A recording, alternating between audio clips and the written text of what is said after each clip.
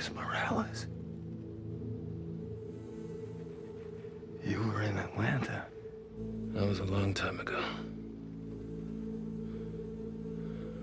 It's over, Rick. I called the Saviors back. And they're coming. Hey guys, Kiwi here. In this video, I'll be breaking down and analyzing the return of freaking Morales in the most recent episode of The Walking Dead, Season 8, Episode 2, The Damned. This is just completely ridiculous, and I'm so excited to discuss this in full, so let's just jump into it. Now, if anyone is unaware of who the hell this guy is, he's a character from way back in Season 1 who left the group right before they went to the CDC at the end of this season. He had a wife named Miranda, along with 2 kids named Elijah and Lewis. So, back in Episode 5 of Season 1, they decided to leave due to wanting to find more family in Birmingham, Alabama. Now, if you look that up on a map, it's literally the complete opposite direction from Virginia, which is where Rick and the Saviors are currently. Anyways, as I said, we haven't seen him since Episode 5, so I don't blame you if you don't recognize him, but Morales is actually quite a popular meme within the Walking Dead online community. It's become a huge joke that whenever we get a cliffhanger, it's always Morales. I personally caught on to the joke around Season 5 or so, but apparently there have been people rooting for his return since the beginning of the damn show.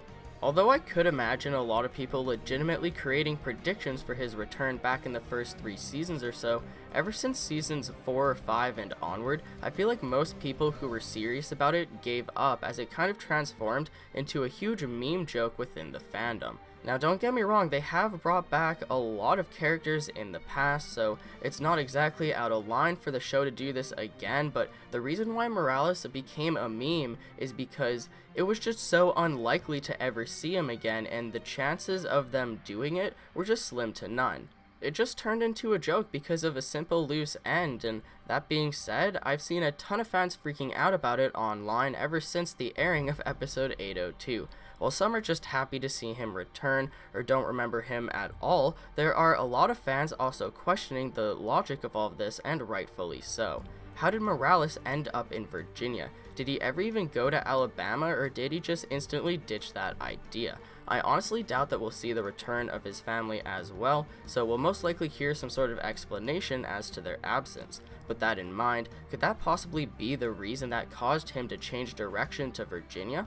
It's possible that his family could have died off one way or another, leading him to randomly meet people and decide to go elsewhere. If he had nothing else to live for and no motivation to go to Alabama anymore either, it wouldn't be that hard to convince him to travel elsewhere. He could have ran into someone wanting to go to Virginia for the simplest reason and decided just to tag along as well because he has nothing better to do.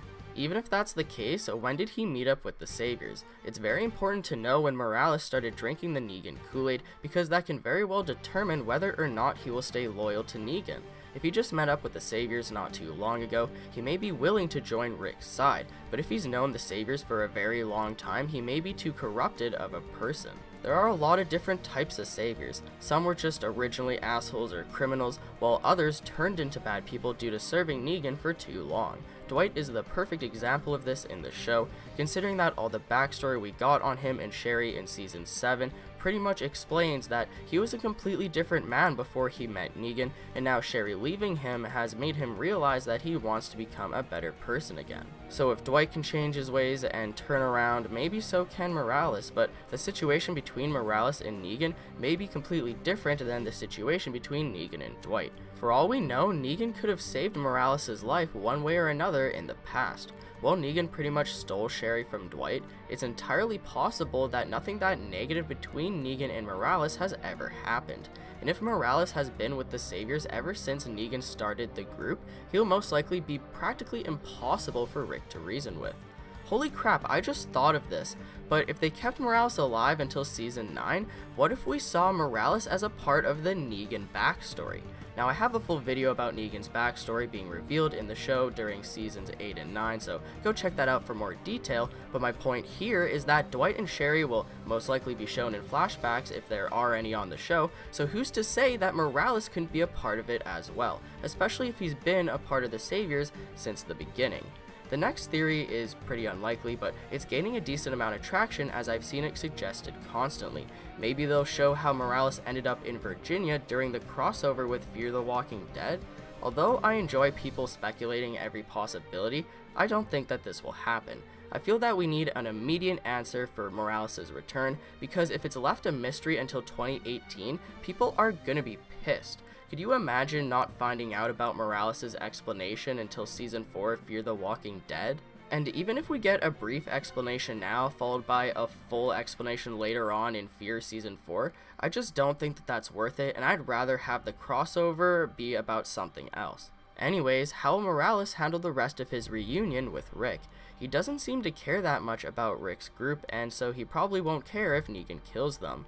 He's probably spent more time with the Saviors than Rick, which is also why Rick might not care much about him either.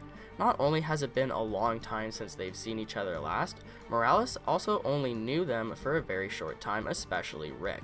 Morales only spent the first few months of the apocalypse with the Atlanta group, and Rick was in a coma most of the time, so he never showed up until the very end.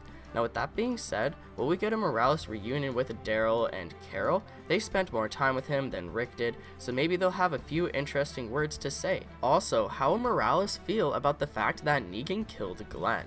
In the preview for next week's episode, Morales mentioned Maggie but not by name. He instead called her the Widow. This implies that he's aware of the female leader on Rick's side being the widow of Negan's victim, but this also means that he may not be aware of who the victim actually was. I called him back, because you're a prize, Rick. We've been told we don't kill you, the widow, or the king. Not if we don't have to. Will Morales change how he feels about the entire situation if he finds out that the widow's husband was Glenn? And what if Morales asks Rick about everyone else from Atlanta? Although the history of this show tells me that they won't be having all the catch-up time in the world, I would really like to see Rick and Morales give each other some solid explanations. I understand that it's apparently not good writing to retell something on screen that the viewers already know, but I think that this is a big enough deal to go down memory lane. If Morales survives past All Out War, he could be a huge excuse to constantly call back to old characters. Now, I wouldn't want this to be overused or anything, but I would like to see it at least once. Morales could ask about the fates of dead characters such as Andrea, Dale, T-Dog, or once again even Glenn. The only people still alive who know Morales are Rick, Carl, Daryl, and Carol. And while he kinda knows about Morgan because Rick was trying to communicate with Morgan over the radio in the first season, but Morales never actually met him or even talked to him, as Rick never successfully made communication with Morgan over the radio. Now, what I don't understand is why Morales never spoke up with the Saviors about the fact that he used to briefly know Rick personally. Rick is literally the leader of the enemy. You would think that Morales might want to brag about it to his fellow Saviors, or at least tell Negan about it. I suppose that since Morales and Rick were never really that close, Negan probably couldn't use Morales to manipulate him at all, but Negan would still probably ask questions about Rick. I could totally see Negan asking Morales about everything that he knows. Like, what if Morales told Negan about Shane and Lori? It would be messed up to have Negan bring up Lori or Shane to Rick, especially if Carl or Michonne are there to hear it as well. Let me know what you guys think about the return of Morales in the comments section below, along with your predictions on his importance in the show moving forward. Will he become a main character for the rest of the season, or will he just get killed off next episode? I actually discussed his situation with Rick in my predictions for episode 803, so feel free to check that out as well. But that's pretty much it for this video, guys. I'd appreciate a like on the video if you've enjoyed anything I've said today, or even subscribe for more Walking Dead content in the near future. If you'd like to take a step in helping support my videos, check out my Patreon, where there's a bunch of different rewards involving the channel, such as a chance to directly influence the content being produced. It isn't necessary by any means, but you know, some of these videos do take a while, so it could really help in the long run. But as always, I thank you all so much for watching, and until next time, I'll talk to you guys later. Peace out.